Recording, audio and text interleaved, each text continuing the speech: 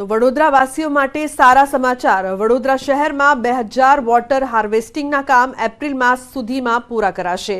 કેન્દ્રીય મંત્રી સી.આર. પાટીલની હાજરીમાં વડોદરા શહેર ભાજપે કહ્યું કે મેયર, સાંસદ અને ધારાસભ્યો જળસંચય માટે 11.50 કરોડની ગ્રાન્ટ ફાળવશે તેવું તેમણે જણાવ્યું। 2000 જેટલા રેન વોટર હાર્વેસ્ટિંગના કાર્યક્રમ આવનારા 365 દિવસમાં વડોદરા મહાનગર દ્વારા કરવામાં આવશે।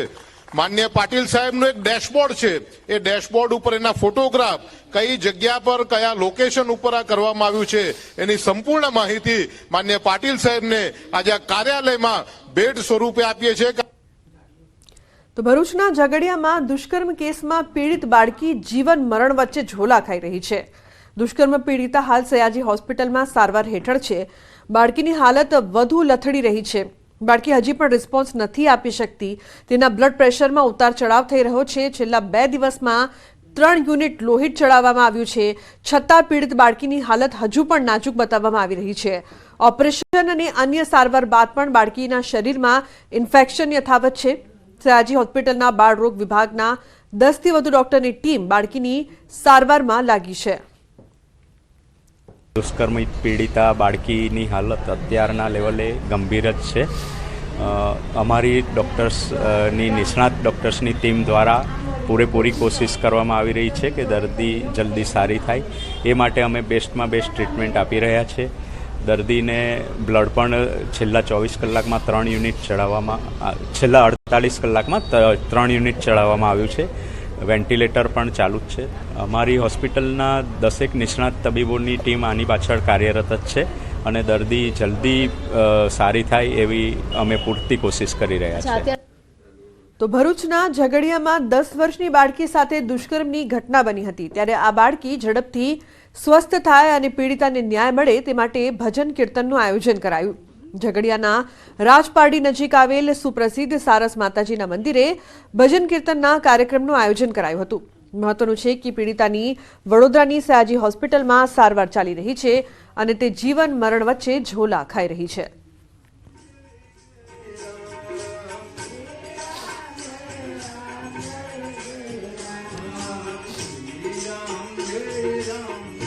આજે માતાજીના સાનિધ્યમાં આજે અહીં અમે ભજન કીર્તનનો કાર્યક્રમ રાખ્યો હતો, જેના થકી તે બાળકી અને તેના પરિવારને શક્તિ મળી રહે તે આશયથી આજે અમે અહીં સૌ ઉપસ્થિત થયા છે અને આશા રાખીએ કે તેને સ્વાસ્થ્યમાં જલ્દી સુધારો થાય તે સાથે અમે અહીંયા કાર્યક્રમ રાખ્યો છે।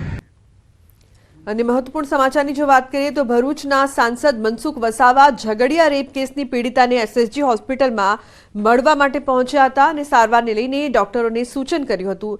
સમગ્ર મામલે મનસુખ વસાવાએ જણાવ્યું કે ઘટના બની ત્યારે હું સંસદમાં હતો, પરંતુ હું સતત સ્થાનિક તંત્ર અને પોલીસ સાથે સંપર્કમાં હતો। હોસ્પિટલમાં હાલ બાળકીની નિષ્ણાત તબીબો દ્વારા સારવાર કરવામાં આવી રહી છે। આવા આરોપીઓને ફાંસીની સજા થવી જોઈએ।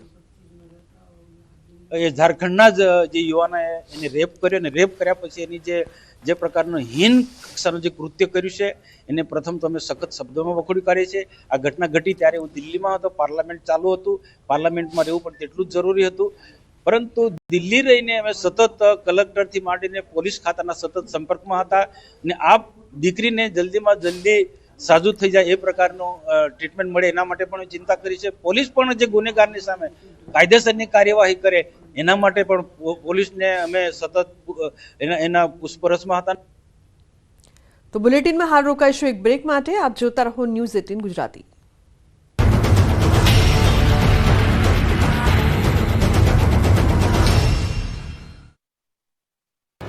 ગુજરાતમાં શિયાળો થશે આઉટ, માવઠું થશે ઇન।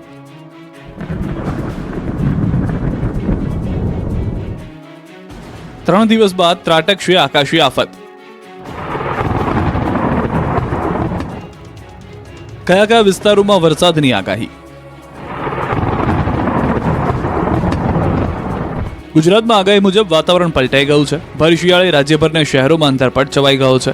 દ્વારકાથી લઈને દાહોદ સુધી, સોમનાથથી લઈને સાબરકાંઠા સુધી અને બાબરાથી લઈને બિલીમોરા સુધીના આકાશમાં કાળા ડિબાંગ વાદળો છવાતા ખેડૂતોનું ટેન્શન વધી ગયું છે।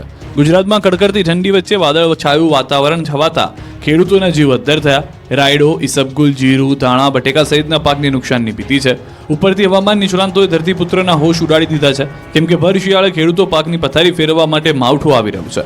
હવામાન વિભાગે ગુજરાતભરમાં 3 દિવસ માવઠાની આગાહી કરી છે. હવામાન વિભાગના કહેવા પ્રમાણે 26મી ડિસેમ્બરથી 28 ડિસેમ્બર સુધી માવઠું કહેર બનીને ત્રાટકશે. 26મીએ કચ્છ, દ્વારકા, જામનગર, ભાવનગર, પોરબંદર, બનાસકાંઠા, પાટણ, મહેસાણા અને અરવલ્લી, મહીસાગર, દાહોદ, પંચમહાલ, છોટાઉદેપુર અને નર્મદામાં વરસાદ પડી શકે છે. તો 27 ડિસેમ્બરે કચ્છ, બનાસકાંઠા, સાબરકાંઠા, અરવલ્લી, મહીસાગર, દાહોદ અને દક્ષિણ ગુજરાતમાં આફત ત્રાટકી શકે છે. 28 ડિસેમ્બરે કચ્છ, બનાસકાંઠા, સાબરકાંઠા, અરવલ્લી, મહીસાગર અને દક્ષિણ ગુજરાતના કેટલાક વિસ્તારોમાં વરસાદની આગાહી છે. મધ્ય અને ઉત્તર રાજસ્થાન પર એક સિસ્ટમ સક્રિય થઈ છે, જેથી ખેડૂતો પર સંકટ ઊભું થશે. આ સાયક્લોનિક સર્ક્યુલેશનને કારણે માવઠું થઈ શકે. હાલ અરબ સાગરમાંથી ભેજ આવતા તાપમાનમાં ઘટાડો થયો છે. પાછલા 24 કલાકમાં અમદાવાદના તાપમાનમાં 3 ડિગ્રીનો વધારો થતાં ઠંડીમાં ઘટાડો થયો. મોટાભાગના જિલ્લાઓમાં 2 થી 4 ડિગ્રીનો વધારો થયો છે. જોઈ લો કઈ રીતે યમદૂત બનીને બેફામ ટ્રક જઈ રહ્યા છે. રોડ પર મોત બનીને ભટકતા ટ્રકના દ્રશ્યો છે જામનગરના લાલપુર રોડના. મગફળીથી ખચોખચ ભરેલો ટ્રક હાઈવે પર પૂરપાટ જઈ રહ્યો છે. ક્ષમતા કરતાં વધુ મગફળી ભરી ઓવરલોડ ટ્રક માથેલા સાંજની માફક દોડી રહ્યો છે. મગફળી વધુ ભરી હોવાથી હાઈવે રોડ પર 8 થી 10 ગુણી ટ્રકમાંથી બાંધેલી મગફળી